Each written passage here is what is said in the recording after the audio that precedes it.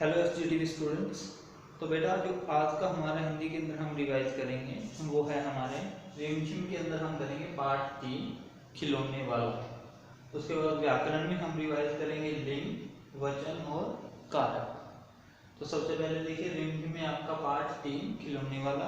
खिलौने वाला ये जो है वो आपकी कविता है, ठीक है। तो इसको अच्छे से आपने जो है वो रीड आउट करना है, कविता को पढ़ना है अच्छे से कि क्या है। इसमें एक बच्चा जो है वो अपनी माँ से जो है वो खिलौने वाले के बारे में बता रहा है कि एक खिलौने वाला जो है वो उनके यहाँ जो है वो खिलौने बेचने के लिए आया है। उसके पास जो है वो कई तरह के सुंदर सुंदर जो है वो खिलौने हैं। तो उसमें आगे जो है वो अपनी माँ को कहता है कि मुझे भी पैसे दे दो, मैं भी जो है वो खिलौने खरीदूँगा। तो उसकी माँ उसे 4 पैसे देती है। तो वो बोलता है कि इससे मैं कौन सा खिलौना जो है वो खरीदूँ। तो ठीक है, उसके बाद जो है वो बच्चा कहता है कि मैं इससे या तो तलवार खरीदूंगा या धनुष बाण खरीदूंगा। कहता है कि फिर मैं धनुष बाण खरीद के राम की तरह जो है वो क्या है असुरों को जो है वो मार भगाऊंगा, यानी राम की तरह जो है वो मैं असुरों को मारूंगा धनुष बाण लेकर के। और फिर अगर तुम जो है वो मुझे वनवास जाने के लिए कह दोगी, यानी कि जैसे राम जो है वो वनवास गए थे वैसे अगर तुम मुझे वनवास जाने के लिए कह दोगी तो मैं भी जो है वो हंसते हंसते जो है वो वनवास के लिए चला जाऊंगा। यानी कि बच्चा जो है वो इस कविता के अंदर अपनी जो है वो कल्पना बता रहा है कि अगर मैं धनुष बाण लूँगा तो मैं क्या करूँगा, तलवार लूँगा तो मैं क्या करूँगा। ठीक है, ये है आपकी पार्ट 3 यानी कविता खिलौने वाला। इसके बाद है व्याकरण। व्याकरण में आपने करना है लिंग, वचन और कारक। तो पहले देखिए लिंग। तो सबसे पहले लिंग किसे कहते हैं? लिंग होता है जिसमें हमें क्या है, जिन शब्दों से हमें किसी के पुरुष या स्त्री जाति के होने का बोध होता है वो होते हैं हमारे लिंग। यानी कि जिन शब्दों से हमें किसी के पुरुष या स्त्री जाति के होने का बोध हो लिंग कहलाते हैं।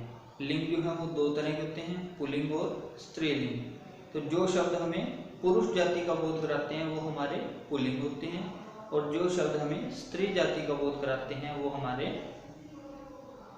क्या है, स्त्रीलिंग होते हैं। ठीक है, तो इनका जो है वो आगे आपने लिंग कैसे परिवर्तित होते हैं, यानी कि पुल्लिंग का स्त्रीलिंग क्या होगा, स्त्रीलिंग का पुल्लिंग क्या होगा, वो भी आपने अच्छे से पढ़ना है। इसके बाद आता है हमारा वचन, कि वचन किसे कहते हैं। तो वचन जो है वो क्या है कि जिससे हमें किसी भी वस्तु के एक या अनेक होने का बोध हो उसे हम वचन कहते हैं। जिन शब्दों से हमें किसी के एक होने का या एक से ज़्यादा या अनेक होने का पता चलता है वचन कहलाते हैं। वचन भी जो है वो 2 प्रकार के होते हैं, एक वचन और बहुवचन। तो एक वचन कौन सा होता है? एक वचन होता है जिसमें हमें किसी वस्तु के एक होने का बोध हो, यानी कोई भी वस्तु हो, व्यक्ति हो, उनके क्या है एक होने का बोध होता है, वो हमारा एक वचन कहलाते हैं। और बहुवचन क्या होते हैं जिसमें हमें वस्तु, व्यक्ति या स्थान के एक से अधिक होने यानी कि अनेक होने का बोध होता है, वो हमारे बहुवचन कहलाते हैं।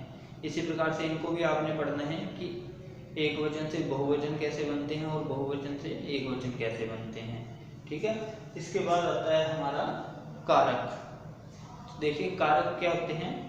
कारक क्या है? कारक वे शब्द हैं जो क्या करते हैं, हमारा क्रिया और जो हमारी संज्ञा या सर्वनाम उनका क्रिया के साथ संबंध जो है वो दर्शाते हैं।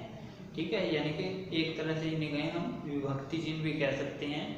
यानी कि कारक क्या होते हैं हमारे, कारक संज्ञा या सर्वनाम का क्रिया के साथ जो संबंध दर्शाते हैं वे शब्द हमारे कारक कहलाते हैं। यानी कि इनके बिना वाक्य जो है वो पूरा नहीं होता। ठीक है, तो अब देखिए कारक के जो है वो 8 भेद होते हैं और आगे इन्हीं 8 भेद के अलग अलग विभक्ति चिन्ह होते हैं। अब यहाँ पे एक बात ध्यान रखनी है कि जो विभक्ति चिन्ह होते हैं इन्हें हम परसर्ग भी बोलते हैं। यानी कि जो हमारे विभक्ति चिन्ह है उनको हम परसर्ग भी बोलते हैं या प्रसर्ग भी कहते हैं।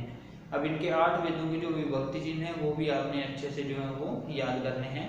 तो इसके 8 भेद कौन कौन से होते हैं? वो होते हैं कर्ता, कर्म, करण, संप्रदान, अपादान, संबंध और जो है वो हमारा अधिकरण और संबोधन। ये जो है वो आपके 8 भेद होते हैं। ठीक है, इनके जो आगे विभक्ति चिन्ह है उनको भी अच्छे से आपने याद करना है। Okay students.